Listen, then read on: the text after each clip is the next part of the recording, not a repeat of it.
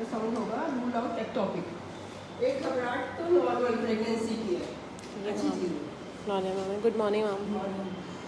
Ma'am बता रहे हैं टॉपिक टॉपिक प्रेगनेंसी में फर्स्ट जैसे मतलब जो प्रेगनेंसी होती है, ट्राइमेस्टर थोड़ी सी घबराहट, एक तो हमारी एक्साइटमेंट कि प्रेगनेंसी हो गई है, दूसरा होती है थोड़ी सा दिल कच्चा होता ही है, नॉर्मल है ना। तो हमें हाँ अल्ट्रासाउंड करना है, बैठ जाओ। तो अभी कर लेती हूँ, पानी पी लो, अभी अल्ट्रासाउंड कर लेती हूँ। हाँ अभी कर लेते हैं इस क्लास के बाद। तो ये हमें 6 वीक्स में अल्ट्रासाउंड कर लेना चाहिए। Good morning.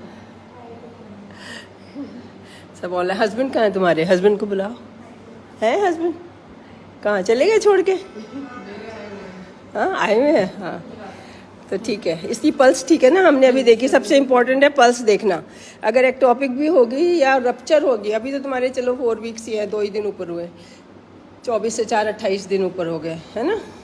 लेकिन अगर ज़्यादा हो, 14 दिन हो, 15 दिन हो, और एक्टोपिक के बारे में बता रही हूँ आज, ट्यूब में हो जाती है प्रेगनेंसी। यूट्रस होता है ना, यूट्रस ट्यूब में से होके आता है, तो ट्यूब में ही इम्प्लांट हो जाता है, तो ये रप्चर हो जाती है, उसको हमें बचाना है। नॉर्मल चीज़ है, जैसे ये ट्यूब में ही हो जाएगी। यहाँ पे एग बनता है, ये एग है। अगर हम डे 2 पे, ये एक बड़ी गलती हो रही है, कितने मैंने ऑनलाइन देखे, बुलाओ उनको, बिठाओ। तो उनका डे 2 पे मेंसेस आए, अगले दिन जाके अल्ट्रासाउंड कराया, उस वक्त तो मल्टीपल फॉलिकल होते ही हैं, मल्टीपल फॉलिकल होते हैं, जैसे बूर आता है पेड़ पे, आता है ना बहुत सारा, उसमें से कोई फूल तो नहीं बनते, पौधे तो नहीं फ्रूट तो नहीं बनते ना उतने। देखा होगा तुमने, बूर कितना आता है, हम खुश होते हैं बूर इतना आया, अरे फल कोई आया ही नहीं।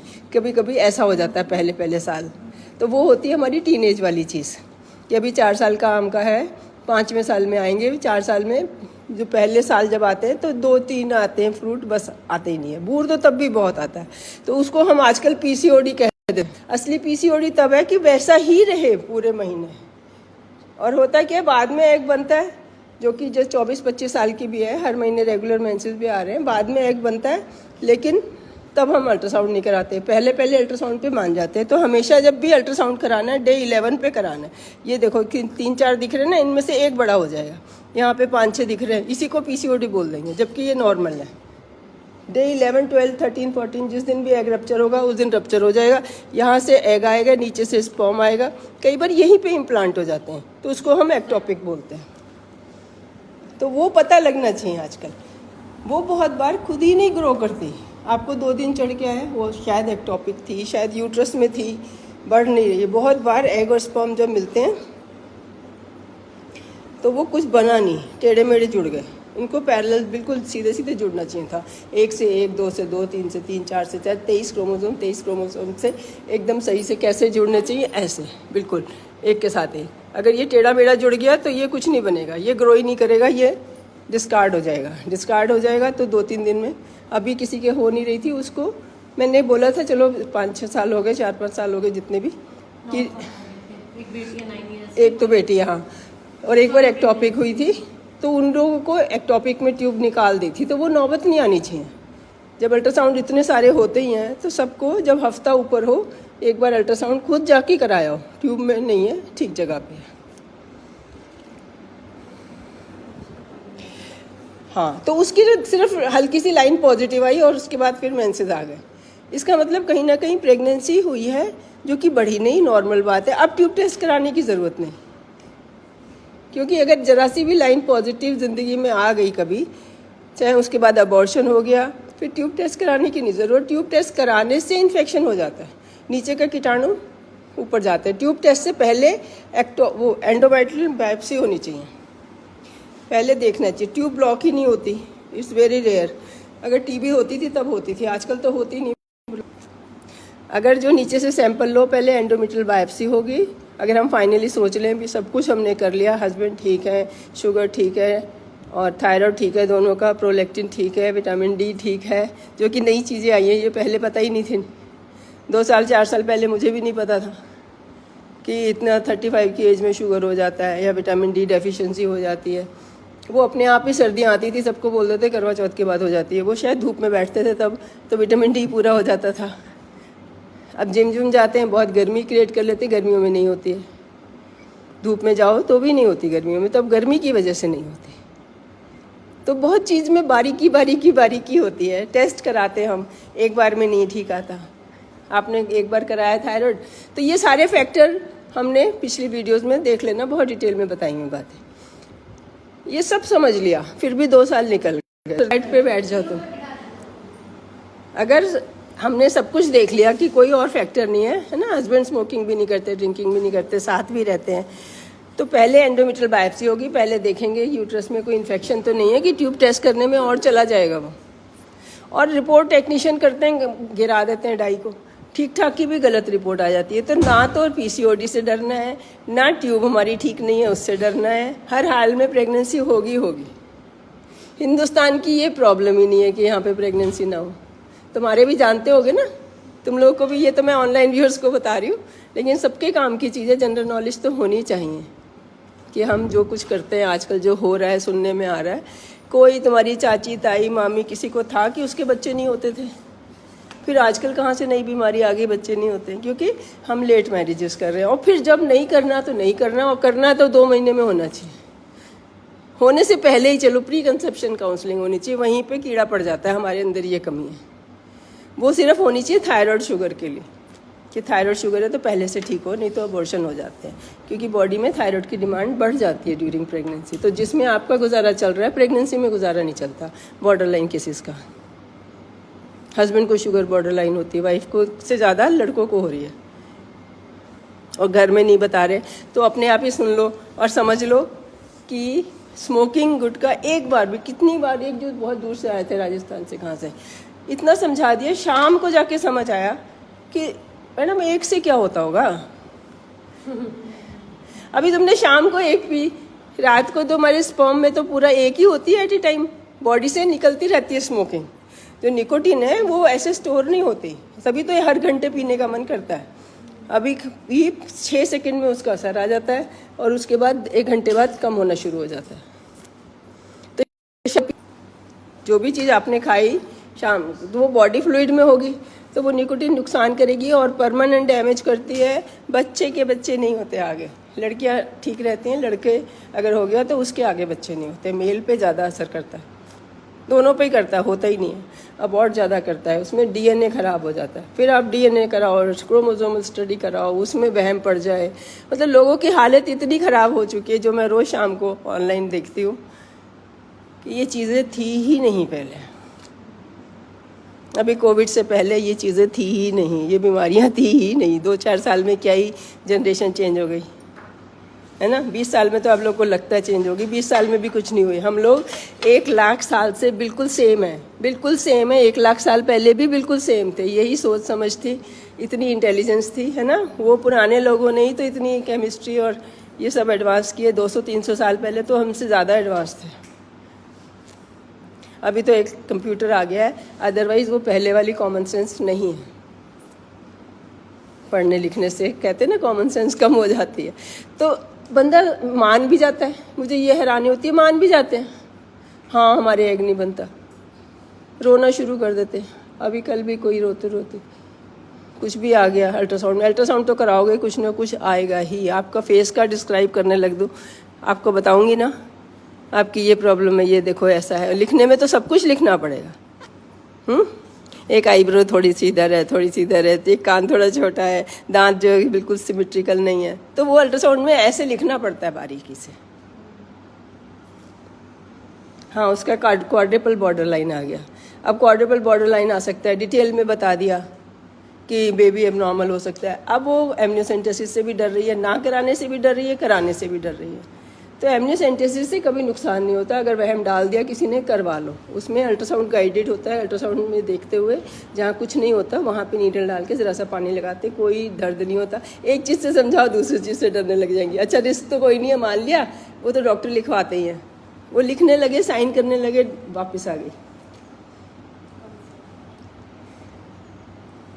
तो ये अभी डरना नहीं है, आएगी रिपोर्ट ठीक ही, लेकिन कराना ही पड़ेगा। अगर एक नया ज़माने के नए टेस्ट हो रहे हैं, इनकी अभी पता ही नहीं सिग्निफिकेंस है भी कि नहीं है। 10-20 साल बाद आती है। तभी मैं कहती हूँ एलोपैथी में तो गड़बड़ शुरू में नई दवाई में हो सकती है, पुरानी दवाइयों में तो कुछ हो ही नहीं सकता, वो तो बैन हो जाती हैं जैसे ही पता चलता है। टॉर्च टेस्ट आजकल कराने की ज़रूरत नहीं, पहले कराते थे जब हम लोग पढ़ते थे। टॉर्च का समझ आया 10, 12, 15 साल बाद कि कोई फ़ायदा ही नहीं, 50% का पॉजिटिव आता है, 50% का नेगेटिव आता है, और जिसको है इन्फेक्शन उसका उससे कोई रिलेशन ही नहीं है रिपोर्ट से।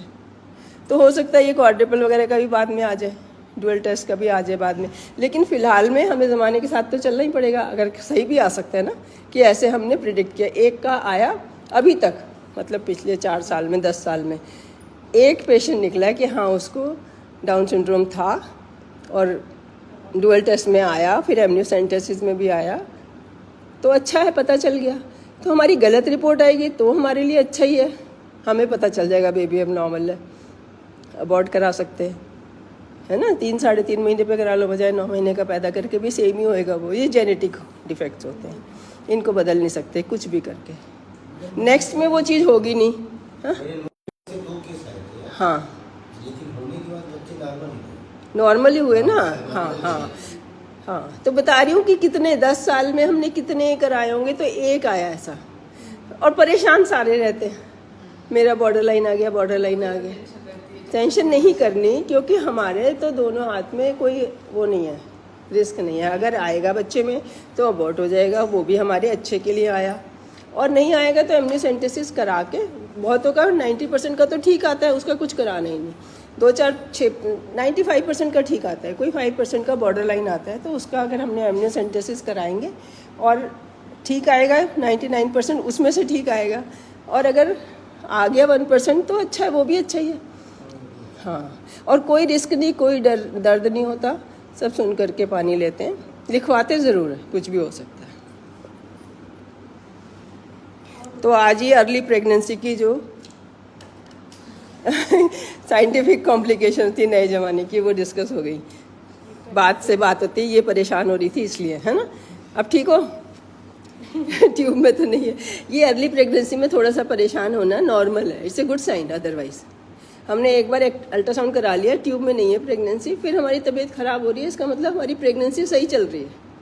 उल्टी की खानी है, इसकी स्लिप कहाँ है, इसका काट देना। हाँ तुम्हें नहीं आ रही, लेकिन वो उससे पहले वाली फीलिंग होती है जिसमें हमें घबराहट लगती है, वो वॉमिटिंग नहीं होती, लेकिन उससे पहले वाली फीलिंग होती है। विटामिन डी लग गया इसके। एक तो प्रेगनेंसी होना इतनी नई बात होती है, और इतनी बातें सुन, हाँ पेट में तो बटरफ्लाईज होंगी। हाँ नौजिया बाद में होगा, बटरफ्लाई तो पहले शुरू हो जाएंगी। ये डॉक्सीनेट रात को खानी है, देखना डिफरेंस देख लेना, अगर इससे ठीक रही तो इसका मतलब ये दिल कच्चा वही वॉमिटिंग की फॉर्म थी। फॉलिक एसिड तो लिख ही दिया हुआ है ना, फॉलिक एसिड खाना है। एक तो मैं कल B12 लिखा था, क्या बैक एक बता रही थी, लेग्स पेन याद कुछ आया था। उससे फ़ायदा हुआ विटामिन डी से और B12 से फ़ायदा हुआ। हाँ कम आ रहा है, पैरों में कुछ हो रहा है, तलवों में, हाथों में तलवों में होता है, तो ये बी कॉम्प्लेक्स की कमी होती है। मतलब पूरी बॉडी में कुछ नहीं हो रहा, पाम्स में ये ज़्यादा सेंसिटिव होते हैं ना, तो हमें यहीं पता चलता है, सोल पे और पाम पे, हाथों की हथेलियों में और पाँव के तलवों में अगर चींटियाँ से चल रही हैं तो ये बी कॉम्प्लेक्स का, B12 का भी। और अदरवाइज आपने सैलेड सब्जी ज़्यादा खाना है। एक एग में होता है B12, उसके येलो पार्ट में। तो लड़कों ने भी, किसी ने भी एग खाना है ना, कई बार हम मोटे हैं तो येलो निकाल देते हैं, तो एक येलो ज़रूर खाना है। आपने 4 एग में से एक येलो डाल लिया, 4 का नहीं फेंक दिया, 3 का फेंक दिया। कर्ड राइस में बनता है B12, वेजिटेरियंस में, अदरवाइज नॉनवेज में मिलता है। लोग जो नॉनवेज खाते हैं वो भी कितना ही खाते हैं इंडिया में, कभी खा लिया महीने में 1 दिन, तो उससे भी नहीं मिलेगा। कर्ड राइस में क्या होता है कि आप राइस में कर्ड डाल के उसको बाहर छोड़ते हैं, फर्मेंट होती है, जैसे डोसे का मसाला बना के बैटर बना के रख देते हैं ना, तो उसमें फर्मेंट होने से बनता है। 6-7 घंटे, सुबह से शाम तक या रात से सुबह तक। उसमें ऐसे 1 कटोरी दही डाला ऊपर, तो उससे चावल ख़राब नहीं होंगे। अदरवाइज़ चावल गर्मियों में तो बहुत जल्दी ख़राब हो जाएंगे। तो मैं ऐसे कहती हूँ, रात तो बहुत लंबी होती है, आप सुबह बनाओ, दोपहर को बनाओ और उसको रख दो, शाम को खा लो, या सुबह बना दिया। एक यहाँ पे साउथ इंडियन आती है, कहती है मैं सारी ज़िंदगी मॉर्निंग में मेरा फिक्स है नाश्ता कि रात को उनके ब्राउन काले वाले ब्लैक राइस होते हैं, बस वो थोड़े से, बिल्कुल थोड़े से, जितना 1 कड़छी राइस होते हैं बने हुए, उसमें दही डाल के रख देती हूँ, सुबह ब्लेंड करके वो पीती हूँ। और सच में वो इतने 35 साल से सेम ही है, उसके बच्चे जो हैं वो बड़े लगते हैं, वो सेम लगती है। तो साउथ इंडियन खाना सच मैं कहती हूँ साइंटिफिक भी है, सही भी है, उसमें ऑयल की ज़रूरत ही नहीं है, टेस्ट का ऐसे हिसाब रखा गया है। लेकिन नमक हमारे नॉर्थ मतलब जो लोग एसी में रहते हैं उनके हिसाब से पानी पानी इतना होता है ना सांभर में, वो नमक नहीं, तो सांभर इतना ज़्यादा नहीं, वो गाढ़ा बनाना है। और सांभर में दाल नहीं जा रही, सब्जियां ही जा रही हैं, समझो कि दाल के पानी में सब्जियां बन रही हैं, खूब सारी सब्जियां डालो। और सब्जियों में अपना बहुत सॉल्ट होता है, सॉल्ट नहीं डालना, नहीं तो इडली डोसा ऐसे ही खा लो चटनी से, ड्राई ड्राई बनाओ तो नमक कम जाता है। हम जितना पानी वाली चीज़ बनाएंगे नमक ज़्यादा जाता है। नमक अभी गर्मियों में ठीक है क्योंकि दिन में एक बार तो पसीना आ ही जाता है, सर्दियों में तो बिल्कुल ज़ीरो होना चाहिए। जितने ठंडे कंट्री है वहाँ नमक मिलता ही नहीं, होता ही नहीं है, सॉसेज में डलता है, वो सॉसेज ही बस यूज़ करते हैं लोग। ऐसे ही मैं कहती हूँ चटनी में डालो, अदरवाइज ज़रूरी नहीं। अभी हम दूसरी क्लास शुरू करते हैं, ये हो गया अर्ली प्रेगनेंसी की बातें। अल्ट्रासाउंड आज डिस्कस कर लेते हैं। हाँ, बाय कर दो, तुमने जाना है तो चले जाओ। बैठा जा रहा है, बैठा जा रहा है नहीं, डॉक्सीनेट खानी है आपने आज डॉक्सीनेट खाना, पानी पियो। अच्छा दिल खराब होता है हम पानी नहीं पीते, हाँ प्यास लग रही है, उसमें नींबू डाल के पियो। और आम का ये नींबू का अचार खा लो, चटनी बना के खाओ।